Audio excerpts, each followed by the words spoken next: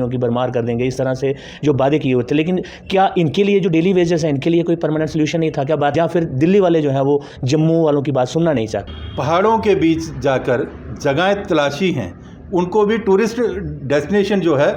आदाब, आप देख रहे हैं द वर्क न्यूज़ और मैं हूं आपके साथ असलम खान। हमारे साथ खास बातचीत के लिए मौजूद हैं भारतीय जनता पार्टी के सीनियर नेता राजीव चाड़क जी। इनसे हम जम्मू के जो इस समय जो मुद्दे चल रहे हैं उनके बारे में बात करेंगे। और इससे पहले मैं आपको बता दूं कि राजीव चाड़क जी जो हैं वो हमेशा से समाज सेवा के लिए जाने जाते हैं और हर जगह पे जो है इनका जो सेवा है वो चलती रहती है। पिछले दिनों ये डोडा में थे, उसके बाद बटोत में आए, अभी जम्मू में बहुत सारे इलाके में जिस भी इलाके में कोई दिक्कत होती है तो वहाँ ये ज़रूर पहुँचते हैं। राजीव चाड़क जी, आपसे जानना चाहेंगे कि जिस तरह से अभी जम्मू में अपोजिशन पार्टी वाले बैठे हुए हैं, ऑल पार्टीज़ जो हैं वो बैठी हुई हैं, लेकिन उनका उद्देश्य जो है वो कहीं ना कहीं भाजपा के ख़िलाफ़ जो है वो बोलते नज़र आ रहे हैं। इसको आप किस तरीके से देखते हैं? देखिए, विपक्ष का एक अपना रोल होता है। जितनी भी विपक्षी पार्टियां होती हैं, सत्ता पक्ष को हमेशा वो टीस करती हैं। ये कोई वो नहीं है दो राय इसमें। अगर वो यहाँ पर बैठे हैं तो उनको एक अपोजिशन का रोल निभाना चाहिए, जो एक बनता है वो कर रहे हैं, उसमें कोई दिक्कत नहीं है।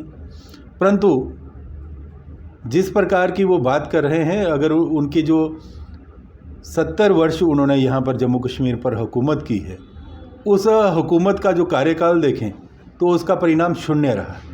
जम्मू के लोग जो थे वो हर एक चीज़ के लिए जो थे एजिटेशन करने पे उतारू होना पड़ता था।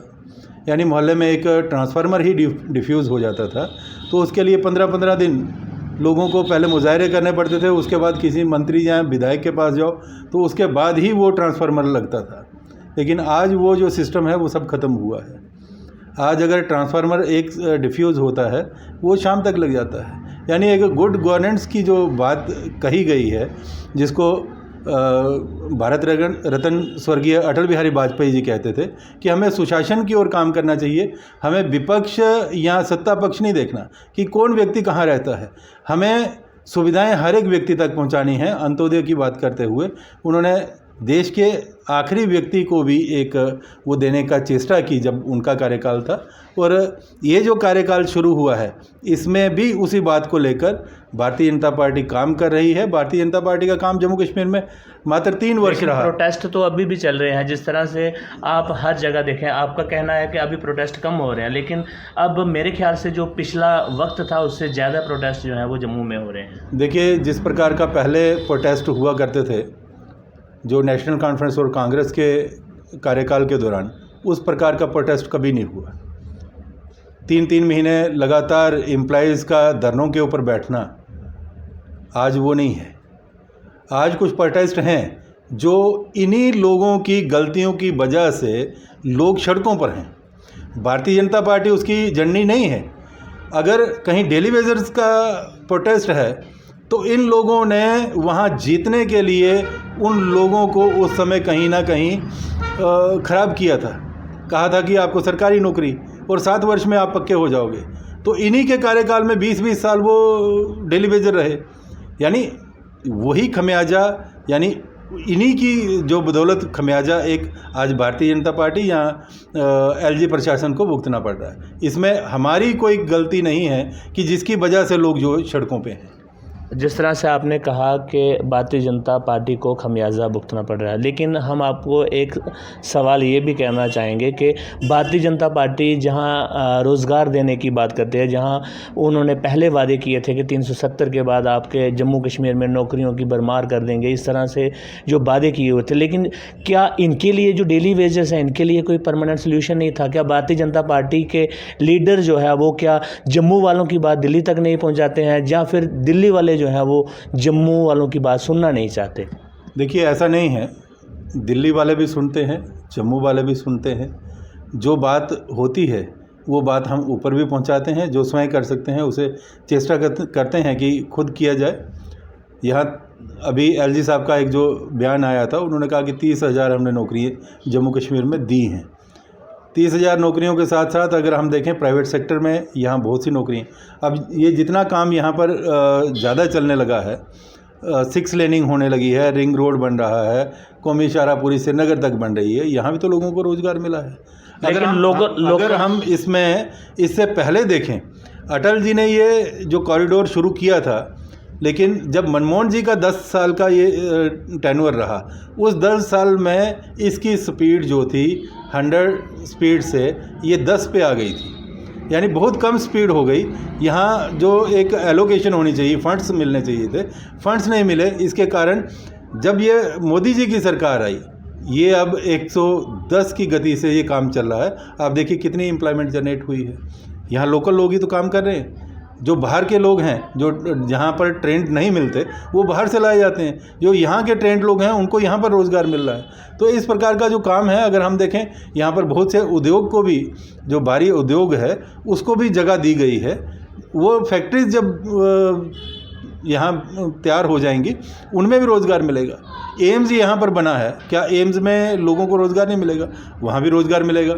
एक तो रोज़गार मिलेगा जो एम्स में लोगों को नौकरियाँ मिलेंगी, नौकरियों के साथ साथ जो उसके गिरदोनुमा इलाका है वहाँ पर होटल्स बनाएगा, कोई रेस्टोरेंट बनाएगा, कोई वहाँ पर कोई रैन बसेरे, कुछ इस प्रकार के जो करेगा। रोज़गार के साधन तो खुले हैं।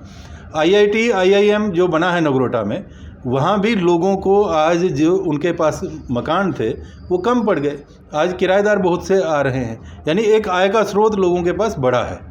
इस प्रकार का जो काम है वो बहुत सा हुआ है, परंतु जितनी आबादी है उस हिसाब से अगर देखा जाए तो वो कम है। तो उसके लिए भी सरकार ने कोशिश की है कि जो हमारे पहाड़ी इलाके हैं जो बहुत सुंदर थे, पहले यहाँ पर क्या था, श्रीनगर में जितने भी टूरिस्ट डेस्टिनेशन थे वहाँ की एक अलग वो उन्होंने बनाई हुई थी डेवलपमेंट अथॉरिटी। यहाँ पर 9 टूरिस्ट डेस्टिनेशन, एक ही वो पत्नी टॉप जो PDA बनी थी उनकी, लेकिन उसके अलावा नहीं। आज सरकार ने पहाड़ों के बीच जाकर जगहें तलाशी हैं, उनको भी टूरिस्ट डेस्टिनेशन जो है वो डेवलप करने जा रही है। क्यों? कि वहाँ के लोगों को भी रोज़गार मिल सके। जितनी आबादी है, अगर पूरी आबादी आप कहें कि सरकार उनको नौकरियां दे सकती है, ना भारतीय जनता पार्टी दे सकती है, ना ये जो पार्टियां इस वक्त ताल ठोक रही हैं ये दे सकती हैं। ये ज़रूरी है कि सरकारों का काम होता है कि रोज़गार सृजन करने के नए आयाम जो है वो शुरू करना। उस प्रकार का सरकार ने जो काम शुरू किया है, तो आने वाले टाइम, यानी ये एक 70 वर्ष पहले अगर शुरू हुआ था तो आज लोगों को उसकी कोई दिक्कत नहीं होती। लेकिन जम्मू में जो भी टूरिस्ट स्पॉट है, जितना डेवलपमेंट वहाँ के लोग जो चाहते थे, उन्होंने सोचा था कि 370 टूटने के बाद वो होगी, कहीं ना कहीं वो उनकी उम्मीदों पे जो है भाजपा सही नहीं उतर रही है। देखिए, भाजपा का काम नहीं है ये, क्योंकि इस वक्त तो जो LG प्रशासन का काम है, इस वक्त बाबूशाही है। बाबूशाही जहाँ देखती है काम वहाँ करवाती है। अभी बहु फोर्ट में जो एक टूरिस्ट डेस्टिनेशन बना है, सेंटर में तो देखिए सेंटर का काम जो है पूरे देश को देखना है, प्रदेश को देखने का काम LG महोदय का है। यहाँ की जो बाबूशाही है, यहाँ जितने भी प्रिंसिपल सेक्रेटरीज हैं उनका काम है। वो जो काम यहाँ पर करवा रहे हैं, जिस तरह से उनको नीचे से फीडबैक दी जाती है कि कहाँ क्या करवाना है, उसी। अब बहु फोर्ट की मैं बात करूँ, बहु फोर्ट का कायाकल्प हुआ है। अगर हम पहले का, आज से कोई 5 साल पहले का बहु फोर्ट देखें और आज का बहु फोर्ट देखें, एक बिग चेंज है। आप कहीं जो लोग इन दिनों पे पीछे 1 साल नहीं आए होंगे यहाँ, वो यहाँ पर आएंगे तो देखेंगे कि ये तो बिल्कुल हम कहीं और आ गए हैं, ये इलाका ही बदल गया है। टूरिस्ट डेस्टिनेशन जितने भी हैं उनके एक प्रोजेक्ट बने हैं। आपका सुरईसर मानसर को भी 200 करोड़ रुपया मिला है, उसमें भी काम चल रहा है। मानसर में शुरू हुआ है, सुरईसर 4 साल पहले हमने सुना था कि 200 करोड़ मिला है, लेकिन 200 करोड़ मिला है, काम शुरू हुआ है। उसमें सिर्फ सुरईसर और मानसर ही नहीं, उसमें प्रमंडल उत्तरबैनी भी है काम। आप वहाँ पर देखिए, वहाँ पर भी प्रमंडल उत्तरबैनी का मैं वहाँ जो एक कमेटी बनी हुई है, उस न्यास का भी मैं मेंबर हूँ। मुझे हर महीने 1-2 बार वहाँ जाने का मौका मिलता है। प्रमंडल उत्तरबैनी को अगर आप देखेंगे तो जो पीछे 2 साल पहले थी, आज उसमें चेंज हुई है। देखिए, काम करने से होता है। काम एकदम जो कोई वो जादू की छड़ी तो नहीं है जो हम फिल्मों में देखते हैं कि वो परी आई, उसने वो छड़ी घुमाई और सब कुछ बन गया। इसके लिए समय लगता है, उस समय के हिसाब से काम होगा और हो रहा है। जम्मू में और भी बहुत सारे टूरिस्ट डेस्टिनेशन है, जैसे कि पुंछ की बात की जाए तो सुना ये भी गया है कि जो जैसे कश्मीर के गुलमर्ग है, बाकी जो जिसको खूबसूरत इलाके कहा जाता है उससे ज़्यादा खूबसूरत जो है वो जम्मू रीजन में है, लेकिन फिर भी जम्मू रीजन को ना फोकस देके कश्मीर पे ही अब तक किया जा रहा है, ऐसा क्यों? ऐसा नहीं है। जम्मू के जो पहाड़ी इलाके हैं, आप बनिहाल के पहाड़ी इलाके ले लीजिए, उसमें सुनासेरी है, दुधपा है, ये हुच्चक वगैरह जो एरिया है, इसमें आप देखें, और शर्वादार है, इन सबको टूरिस्ट डेस्टिनेशन में लिया गया है। ऐसे ही डोडा डिस्ट्रिक्ट के भी हैं, रामबन डिस्ट्रिक्ट के गांधरी बठन वगैरह इलाका है, वहाँ भी टूरिस्ट डेस्टिनेशन में लिया गया है।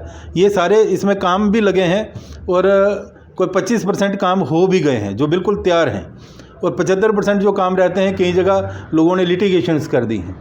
यहाँ गांव में एक बहुत एक विडंबना है कि एक काम एक तरफ से आता है, दूसरी तरफ कुछ लोग जो है वो कोर्ट में चले जाते हैं, स्टे यहाँ नहीं यहाँ बनना चाहिए।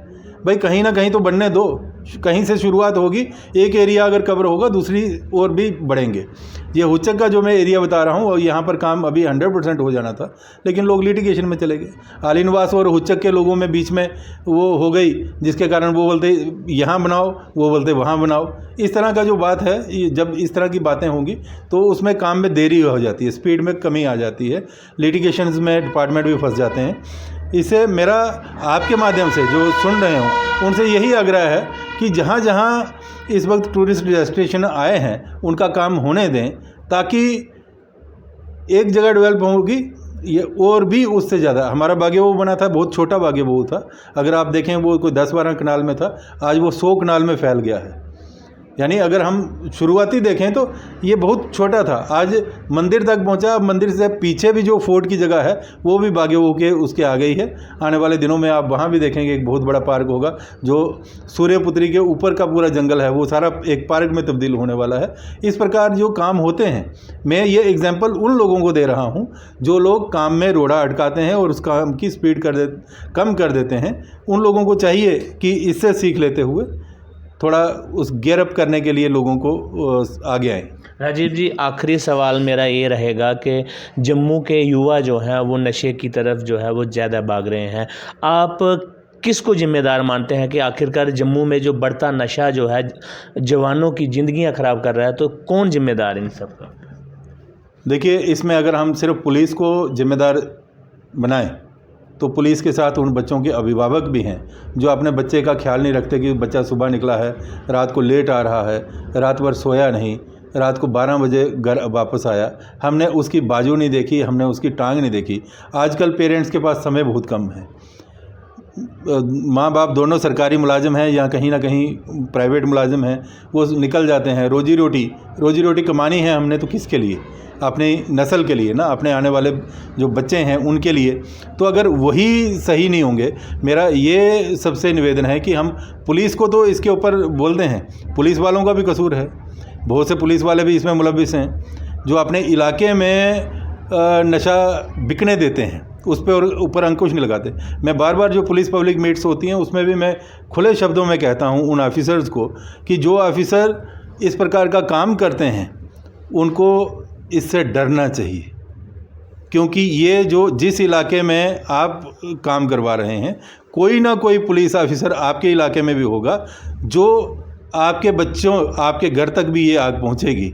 आज नौजवान एक एक बच्चा होता है, सबके एक लड़की एक लड़का, जब 20, 22, 25 साल की उम्र में वो चला गया नशे के उसमें, तो बाद में घर वाले तो बेसहारा हो गए ना। ये आग लगाई हुई अगर पुलिस वालों की है जो इसके ऊपर अंकुश नहीं लगाते, कहीं ना कहीं किसी ना किसी दिन ये आग उनके घर तक भी पहुंच सकती है। इसलिए अभिभावकों को और पुलिस को इसका दोनों यानी 2 टायर बन के एक बिल्कुल पैरेलल चलना चाहिए और इस नशे को ख़त्म करने के लिए हम लोगों को आगे आना होगा, समाज को आगे आना होगा। अकेली पुलिस कुछ नहीं कर सकती। सर, जिस तरह से आपने कहा कि पुलिस को और फैमिली को भी जो है वो ज़्यादा ध्यान देना पड़ेगा, लेकिन क्या आपको ऐसा नहीं लगता है कि इस पे कुछ कानून भी बनाने की ज़रूरत है? जिस तरह से हमने देखा बड़ी बार ड्रग्स पेडलर जो हैं वो पकड़े जाते हैं और दूसरे या तीसरे दिन जो है उनको छोड़ दिया जाता है। बाद में ये बोला जाता है नहीं जी इनसे थोड़ा सा सामान बरामद हुआ, लेकिन कहीं ना कहीं वो उन लोगों के लिए बढ़ावा देने वाली बात होती है कि आज अरेस्ट होता है, 1 या 2 दिन के बाद जो है उनको जमानत मिल जाती है। देखिए, मैंने बोला कि काली बेड़ें जो हैं वो हमेशा रहती हैं। अगर 200 सफ़ेद बेड़ें हैं तो उसमें ज़रूरी 4 जो काली बेड़ें भी होंगी। ऐसे ही ये जितना भी पुलिस का अमला है इसमें भी काली बेड़ें ज़रूर हैं। जो एक बार पकड़ा जाता है, पकड़ने के बाद फिर वो जो जितने भी सबूत हैं उन सबूतों को ख़त्म करने के लिए एक मोटी रकम ली जाती है, वो सबूत ख़त्म किए जाते हैं, इसलिए वो लोग छूटते हैं। कानून कोई वो नहीं बना हुआ। जैसे एक कानून मुझे लगता है बहुत गलत है, ये बुक्की का कानून बना है कि 49 केजी तक होगी तो वो उसके ऊपर जो और केस चलेगा, जो 49 के बाद होगी तो उसके लिए कमर्शियल केस चलेगा। वो एक कानून जो है उस ढंग का कानून जो है उसको बदलना चाहिए। ड्रग्स में भी मेरे ख्याल से 2 ग्राम तक का बोला जाता है कि जिससे 1 या 2 ग्राम मिलेगा उसको ऊपर ज़्यादा कार्रवाई नहीं की जाएगी। देखिए, कार्रवाई हर एक के ऊपर होनी चाहिए, चाहे वो आधा ग्राम मिले 1 ग्राम मिले। अगर वो डॉक्टर ने प्रिस्क्राइब नहीं किया हुआ तो वो ड्रग जो है जो जानलेवा है, ऐसे ड्रग वाले के ऊपर तो कार्रवाई चलनी चाहिए। परंतु हुआ ऐसा है कि आज माशरा जो है इसमें बहुत लोग जो ड्रग्स में आ गए हैं। आज मैंने देखा कि पुलिस वाले भी अगर किसी ऐसे व्यक्ति को पकड़ते हैं जो ड्रग कंज्यूम करता है तो उसको भी फिर थोड़ी डोज देनी पड़ती है, नहीं तो बोलते हैं कि ये मर जाएगा कहीं हमारे लॉकअप में तो हमें दिक्कत हो जाएगी। इस प्रकार का जो एक चलन हो गया है, तो इसके लिए मैं ज़्यादा जिम्मेदार जो है पेरेंट्स को समझता हूँ कि पेरेंट्स कमाई की और जो दौड़ हमारी है, बच्चों की देखरेख और सही परवरिश जो है वो हम उनको नहीं दे पा रहे, जिसके कारण ये नशा जो है बढ़ता जा रहा है। आखिरी सवाल ये है कि जिस तरह से नवरात्रे आने वाले हैं और नवरात्रों में काफ़ी दूर दूर से लोग जो है यहाँ पे आते हैं, और उनके लिए क्या मैसेज रहेगा और क्या आगे की आपकी कार्रवाई रहेगी, क्या बंदोबस्त रहेगी? देखिए, बावे वाली माता के दरबार में दूर दूर से श्रद्धालु आते हैं। सभी ये कामना लेके आते हैं कि हमारा परिवार खुशहाल रहे, खुशी रहे। कुछ ना कुछ मांगने आते हैं, कोई अपनी श्रद्धा इससे कोई भेंट चढ़ाने आता है। मेरा उन सबसे एक निवेदन है और एक संदेश भी है कि यहाँ पूरी तरह से सरकार की ओर से और हमारी बोफोर्ड डेवलपमेंट कमेटी की ओर से प्रबंध किए गए हैं कि श्रद्धालुओं को कोई दिक्कत ना आए। लेकिन कुछ श्रद्धालु अंधेरे की आड़ में गाड़ी रोड के ऊपर पार्क करके चले जाते हैं, जबकि यहाँ पर 3 पार्किंग्स हैं। जेडीए की 2 पार्किंग्स हैं, एक प्राइवेट पार्किंग है। हम अगर 30 लाख रुपए की 40 लाख रुपए की गाड़ी खरीदते हैं तो 20 रुपये हम उस गाड़ी को पार्क करने के लिए भी दें। नहीं तो क्या होता है कि हमारे कारण कई श्रद्धालुओं को मुश्किल जो है वो आ जाती है। रोड में गाड़ी खड़ी होती है, ट्रैफिक जैम हो जाता है। जिन लोगों को जल्दी जाना है गाड़ी पास नहीं हो पा सकती। जो एक श्रद्धालु गाड़ी पार्क करके माँ के मंदिर अंदर चला गया, अगर उसको 2 घंटे 3 घंटे वहाँ लग गए तो 3 घंटे ट्रैफिक जैम रहेगा। उनके कारण जिन श्रद्धालुओं को असुविधा होगी उनकी अंतरात्मा से भी कोई ना कोई कुछ निकलेगा। तो ऐसी जो हमें वो नहीं लेनी चाहिए किसी की। हमें प्रयास करना चाहिए कि हम माता वैष्णो देवी के 14 किलोमीटर पैदल जाते हैं, माँ मचेल के हम 15-16 किलोमीटर अब पैदल जा रहे हैं। तो क्या माता काली के हम 1 किलोमीटर आधा किलोमीटर पैदल नहीं जा सकते गाड़ी सही जगह पार्क करके? क्यों रोड के बीच हम पार्क करके जाएं? अगर हमें माँ से सही आशीष लेनी है तो मैं हर एक श्रद्धालु से यही कहूँगा कि अपनी गाड़ी सड़क में ना पार्क करते हुए गाड़ी पार्किंग स्थल या ऐसी जगह पर पार्क करें जिससे आने जाने वालों को कोई दिक्कत ना हो।